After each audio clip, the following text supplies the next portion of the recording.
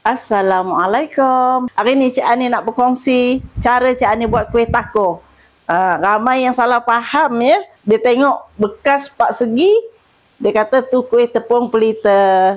Okey, kita buat bekas kuih takoh ni kita tak perlukan acuan ya. Cuma kita perlu potong hujung ni sebesar ini. Jangan besar sangat, nampak? Dan kita buat macam ini. Okey, kita lipat. Keluarkan yang ini. Okey, kita lipat. 5 kita pusingkan dia. Kita gunting di sini. Kita potong sini. Jangan putus ya, sampai dekat urat tengah ni. Ni urat tengah ni, nampak? Kita potong sampai situ je. Ikut pada garisan yang kita lipat tadi. Okey, tengok ni 1, 2, 3, 4, 5 sini. Ini hujung ni kerat. Pusingkan ini. Yang ini lipat ni, yang ni lipat. Bahagian yang kita gunting ni. Nampak? Macam tu. Lepas tu ni pun macam ni. Yang ini macam ini. Nampak dia ada berlipat macam ni kan? Macam ni. Yang ini terlipat macam ni. Kalau nak buat jualan, yang ini kita gunakan gam selotip. Nampak yang ini ni? Dah berlebihan ni. Boleh je buang sini. Koyakkan macam tu. Dia bersusun macam ni, bawah ni. Yang ini ada lubang kan? Yang kita potong tadi ni, tak akan tengah-tengah. Macam tu. Jadi kuih ni tak akan keluar dekat lubang-lubang sini. Sekarang kita bancuh adunan kuih takoh bahagian bawah dulu ya. Ini tepung hong kuih sebanyak 3 sudu besar. Kalau berat dia sekitar 68 gram. Ni gula setengah cawan, air 1 cawan setengah. Masukkan pewarna hijau.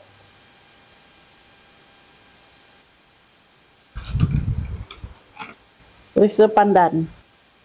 Dikit sahaja. Ini kita ada ubi sengkuang, kita potong dadu besar ni ya. Kita masukkan adunan kita ni.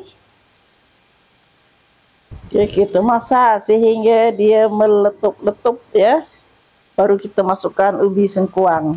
Okey, dah meletup-letup macam ni, kita masukkan ubi sengkuang yang telah kita potong dadu. Nampak ni. Okey, dah masak macam ni. Kita tutupkan api, kita masukkan ke dalam jug ni.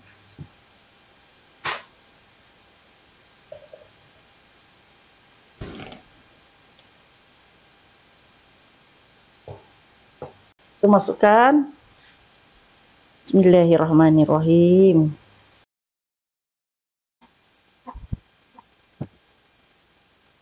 Jangan banyak ya, sikit. Kalau kita nak bubuh kepala dia pula. Sekarang kita buat bahagian atas pula ya. Sama juga tepung yang sama, timbang yang sama. Okey, kita masukkan garam. Tadi kita tak gunakan santan, sekarang kita gunakan santan. Jadi kalau nak banyak, kena buat adunan, 2 adunan. Okay, ni kita kacau sehingga dia meletup-letup juga, betul-betul dia masak ya. Sebab kita tak ada masak untuk kali kedua dah. Dia hanya sekali sahaja. Okey, tengok ni adunan kita. Bahagian atas dah meletup-letup macam ni. Okey, dah siap. Kita tutupkan api. Okey, kita ambil adunan ni. Bismillahirrahmanirrahim.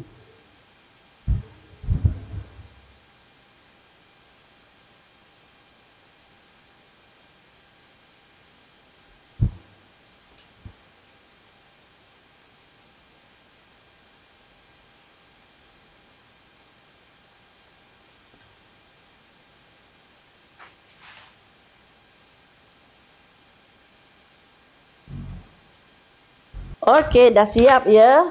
Macam ni rupanya. Kalau nak sedap, masukkan dalam peti ais. Baru kita makan sejuk-sejuk ya. Tengok ni. Adunan ni harus ingat ya. Kena tuang cepat-cepat, jangan lambat. Kalau lambat dia jadi macam ni ya. Dia tak licin. Okey, nampak ni kuih kita dah pun sejuk. Bolehlah kita makan. Jom kita tengok. Kuih kita ni bahagian bawah ya. Bismillahirrahmanirrahim. Tengok bahagian bawah ya.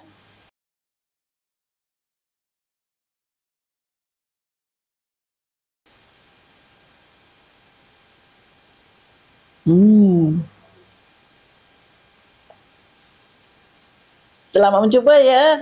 Inilah kuih tako. Nama dia bukan tepung pelita.